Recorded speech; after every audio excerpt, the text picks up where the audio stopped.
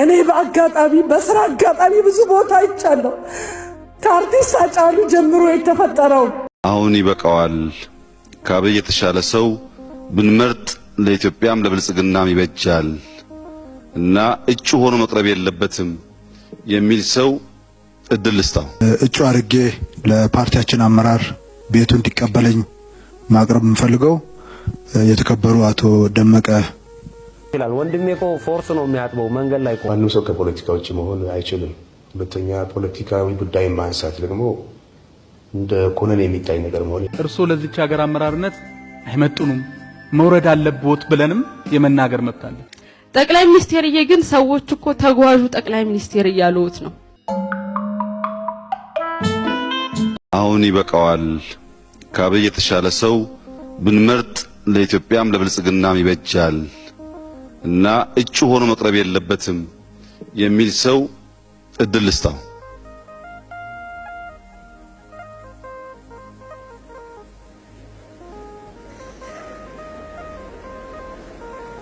ጸጥታ ይሄ ብዙ ሰዎች የሚታዘቡት ምርጫ ነው። ዲሞክራሲያዊ መሆን አለበት። እንደዚህ አይነት ሐሳብ ያለው ሰው ካለ ለማድመጥ ዝግጁ መሆን ያስፈልጋል። አብይ እጩ መሆን የለበትም ብሎ ሐሳብ የሚያቀርብ ሰው ካለ እድል እንስጥ። አይሆንም በእጅ እቃወማለሁ የሚል ካለም ችግር የለውም።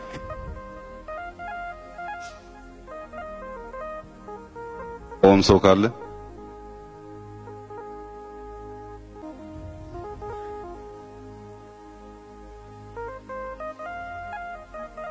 የመጨረሻ ጥሪ ነው። የሚቃወም ሰው ካለ እሺ አብይ እጩ ሆኖ እንዲቀርብ እንደግፋለን የምትሉ በእጅ አሳዩኝ። አንድ ሶስተኛ ኦሬዲ ወንድሜ ከዱሮም ጀምሮ ዘናጭ ነኝ። ሌባ መሪ ብሆን እነሱን እለምላለሁ። እኔ ለየትኛው ነው መሬት እሰጣለሁ ብዬ የሚለው? ምን ስለሆነ ነው መሬት የምሰጠው? መሬቱ የከድር ነው። እኔ እኮ ወንድሜ ቤተሰቦቼን ሄዶ እኮ ማየት ይችላል። ወንድሜ እኮ ፎርስ ነው የሚያጥበው መንገድ ላይ ቆሞ። እናቴ እኮ የቀበሌ ቤት ውስጥ እኮ ነው የምትኖረው። ወንድሞቼ እንደዛ ነው። እሺ ኦሬዲ ምንድነው ከወንድሜና ከቤተሰቤ በላይ የሚቀርብኛል? እና ያውቃሉ፣ የኔን አቋም ያውቃሉ። የድሬዳዋ ሕዝብ የምወዳቸው የሰጡኝን ኃላፊነት በአግባቡ ብልጽግና አምኖ የሰጠኝን ስልጣን ያለምንም መሸራረፍ ያለምንም አቋም ሰርቼ ነው ማስረክበው። ያውቁኛል። አንድ ሰው የኔን ቤት አይመጣም። አንድ ሰው ከድር ይዘንጣል እንደ አክተር። የህዝብ ተወካይ ነኝ። ህዝቤን መወከል ስላለብኝ ቆሽሼ ህዝቤን አላቆሸሽም። እኔ የህዝብ ብራንድ ስለሆንኩኝ በቃ ድሬዳዋን ነው ማሳየው። ይሄን ያህል በአለባበስ የሚቸገር አክቲቪስት ጋር ከመጣ ምን ብለህ ትሰራለህ? ስለሌላው ምን አገባህ? ኦሬዲ የፈለገ ይቃወማል። በግርግር በወከባ ምናምን የሚደረግ ነገር ጥሩ አይደለም። እንደዚህ ጥሩ አይደለም። አራተኛ ጥቆማ ሽመልስ ቀጥል። አመሰግናለሁ ክቡር ፕሬዝዳንት።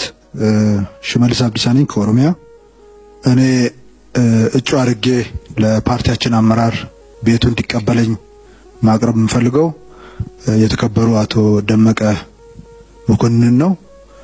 አቶ ደመቀ እንግዲህ ለቤቱ ለማስረዳት በብዙ ፈተና ከታችኛው አመራር ጀምሮ እያለፉ የመጡ ድምጽ በተለያየ ደረጃ አልፈው የመጡ ክልል ላይ እስከ ምክትል ርዕሰ መስተዳድር ደርሰው ክልል የመሩ ኢትዮጵያ ደግሞ በምትፈልጋቸው ቦታዎች ሁሉ ላይ በቁርጠኝነት ሲያገለግሉ የነበሩ ባለፈው ዓመታትም የኢትዮጵያ ሽግግሩን በማዋለድ ውስጥ ከፍተኛ ሚና የተጫወቱ ብዙዎች ከመንገድ ሲወጡ የሕዝብን ጥያቄ የሕዝብን ፍላጎት እንደ ጉልበት ይዘው ተደምረው ወደፊት የገፉ በሳል አመራር ናቸው። አቶ ደመቀ ካሉን አመራሮች ውስጥ ሲኒየር የሆኑ ነገሮችን በተረጋጋ መንገድ የሚመለከቱ ለኢትዮጵያ አንድነትና ለኢትዮጵያ መጽናት ቀን ከሌሊት እየተጉ ያሉ አሁንም በተሰጣቸው በፓርቲም በምክትል ፕሬዝዳንትነትም በመንግስት ኃላፊነታቸውም በምክትል ጠቅላይ ሚኒስትርነትም በውጭ ጉዳይ ሚኒስትርነትም ትልቅ ኃላፊነት እየተወጡና አገራችን ይህንን የገጠማትን ፈተናዎች ሁሉ አልፋ እንድትሄድ በማድረግ ውስጥ ትልቅ ሚና ያላቸው ሰው ናቸው። ስለዚህ አሁንም ምክትል ፓርቲ ሆኖ በብስለት እያገለገሉ ነው ያሉት። አሁንም በእጩነት ቢቀርቡ እና ቤቱ ቢቀበለኝ የሚል ለማቅረብ ነው። አመሰግናለሁ። እኔ እኮ አስክሬን እኮ በሰሌን ወስጄ ያለው እኮ ማውቃቸው ጓደኞቼም ማለት ነው በብሔር የተቃጠሉትን ወስደን ቀብረናል። ለነሱ ሐውልት ያቆመ ሰው አለ? ድሬዳዋ ላይ 100% የምነግርህ ነገር ድሬዳዋ ላይ አንድ እሳት አይነሳም። አንድ እሳት ወጣቱ አንደርስታንድ አድርጓል። ይሄን ሰሞን ከወጣት ጋር ውይይትም አለ። ለምንድነው ማንም መጠቀም ለተወሰነ 3-4 ቀን ድንኳን ሞቋል። ከዛ በኋላ ጨለማ ቤትና ትዮ ነው የምትቀረው። ያ እንዲመጣ አልፈልግም። ከምሰራ ድረስ እኔ ህይወቴ ይወጣል እንጂ ድሬዳዋ በጸረ ሰላም ኃይልም ሆነች በአማጽያንም ሆነች በቲክቶከር ድሬዳዋ አትፈርስም። ድሬዳዋ ደግሞ አሸዋ ላይ የተገነባች ሀገር አይደለችም። የተማረ ብልህ ወጣት ያለበት በጠረጴዛ ዙሪያ ኤኒ ታይም ቁጭ ብለን ልንነጋገር የምንችል አቋም ስላለ ማለት ነው። የመደመር እሳቤ ቀድሞ የገባቸው አንተ ሰርብህ ጎረቤት አንተን የሚመግብህ ካለበስክ ደግሞ ላንተ የሚገዛ ስላለ ነው። እኔ እኮ አስክሬን እኮ በሰሌን ወስጄ ያለው እኮ ቴድሮስ ይባላል። በፎቶ ጎንደር ብትሄዱ በጣም ብዙ መኪና ላይ ፎቶ አለ። ማንም ሰው ከፖለቲካ ውጭ መሆን አይችልም። ሁለተኛ ፖለቲካዊ ጉዳይ ማንሳት ደግሞ እንደ ኮነን የሚታይ ነገር መሆን የለበትም። ሁላችንም ጉዟችን አንድ እንደመሆኑ መጠን ኢኮኖሚያዊ፣ ፖለቲካዊ፣ ማህበራዊ ጉዳይ እንደዚህ ጋር ይመለከታል። አሁን ሚኒሊክ ይባላል። በታሪክ እንደምታውቁት አጼ ሚኒሊክ ሞተው 7 ዓመት እኮ ህዝቡ አያውቅም። በአዝማሪ ነው የጠፉ ምናምን የሚባል እንጂ ህዝቡ አያውቅም፣ አልተነገረውም።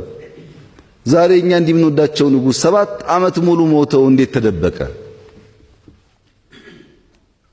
እንዴት ተደበቀ? 7 ቀን እኮ አይደለም፣ 7 ዓመት በጣም ረጅም ጊዜ ነው። አሁን ካለፈ በኋላ የምናደርገው ዋጋ የለውም። ያን አብረን ቆመን ረድተን ጊዜያቸው ካለፈ በኋላ አለፈ። ተመልሰው ምንም ማድረግ አይችሉም። ታሪክ ነው። ጠቅላይ ሚኒስቴርዬ ግን ሰዎች እኮ ተጓዡ ጠቅላይ ሚኒስቴር እያሉት ነው። አብረውን የሚያድሩበት ጊዜ እየናፈቀን ነዋ። ከደጅ ሆነው እያስተዳደሩን እኮ ነው፣ ቤት ሲፈርስ ራሱ የማይሰሙት። በበኩሌ ግን ይህች በየሀገሩ እየሄዱ ጸጉሮን እየቆጣጠሩ ዶላር የሚቀፍሏት ነገር ትመቸኛለች። አንዳንድ ሰውና ነገሮችን ግን አንድ ቢሉልን ደስ ይለናል። ከፈለጉ ሁለትም ይበሏቸው። እስቲ ታዩት፣ ትግሉን ጨርሰናል ብለው ያስጨበጨቡ ሰዎች ላፕቶፖቻቸውን አስረክበው ዱላና ገጀራ ሲታጠቁ አንድ ይበሉልን እንጂ።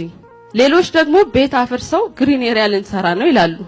የምር ግን የሚያፈርሱት ወደፊት ግሪን ካርድ ለመጠየቅ ነው ወይስ ግሪን ኤሪያ ለመስራት? እነዚህንም አንድ ይበሉልን። እኔም አምባገነንነትን በአዲስ መልክ የጀመራችሁን የመሰለኝ። ያው ምግብ በአዲስ መልክ ጀምረናል ብለው ምግቡ ሳይታደስ ቤታቸውን በቀለም አድሰው ብር እንደሚጨምሩ ምግብ ቤቶች ማለት ነው እንዴ። አምባገነንነትን በአይነቱ አየናት እኮ። አምባገነን ስል መንግስቱ ኃይለማርያም ትዝ አሉኝ። ያኔ ነው ጓድ መንግስቱ ከጓደኛቸው ጋር 1-2 ሲሉ ያመሹና ወጣ ብለው ፊኛቸውን ቦታ ሲያስለቅቁ ጓደኛቸው ተለቅ ያለ ምናምናቸውን ሸፈን አድርገው ይሸናሉ።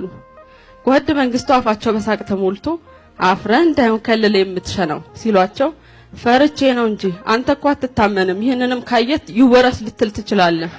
እኔ በስራ አጋጣሚ ብዙ ቦታ አይቻለሁ። ከአርቲስት ሃጫሉ ጀምሮ የተፈጠረው ከዛም በፊት በሶማሌና በኦሮሚያ ክልል ሴቶች ምን እንደሆኑ ምን እንደደረሰባቸው ይሄ ሁሉ የእርምጃ አወሳሳዳችን ደካማ ስለሆነ ይህን ማሸነፍ የሚያቅተው ኃይል አተን አይደለም። የውስጥ ኃይላችንን መርምረን ካላስተካከልን ነገ የውጭ ጥላትን እንዴት ነው የምንመክተው? እኔ መመለስ ካለበት ይሄ ነው። ሰላም ሚኒስተር ይባላል። በግማሽ ቀን የብሔራዊ መግባባት እያለ እየበተነ የትኛው መግባባት ነው የተፈጠረው? ተቃዋሚዎችም እኮ እያሉ ነው ምርጫ ታካሂዱ መጀመሪያ እንግባባ እያሉ ነው። ለህዝቡ አልቆ ምንድነው የሚሆነው? እንበተን እንፍረስ።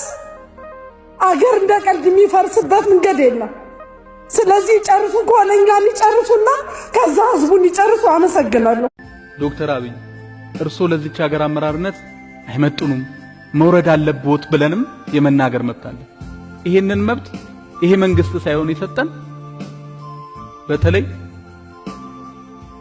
እናንተ የዜጎች የብሔር ብሔረሰቦች የቃል ኪዳን ሰነድ ነው የምትሉት ህገ መንግስት የሰጠን መብት ነው።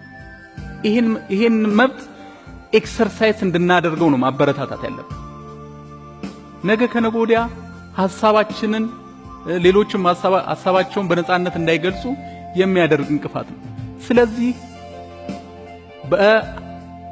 በተፈጸመ ሁከትና በጥብጥ ሰበብ የተለየ ሐሳቦች ያላቸውን የፖለቲካ አመራሮች ማሰር ተገቢ ነው ብለን አናምንም። መንግስቶት በዚህ በኩል አስፈላጊውን የእርምት እርምጃ ቢወስድ ጥሩ ነው ብያለሁ።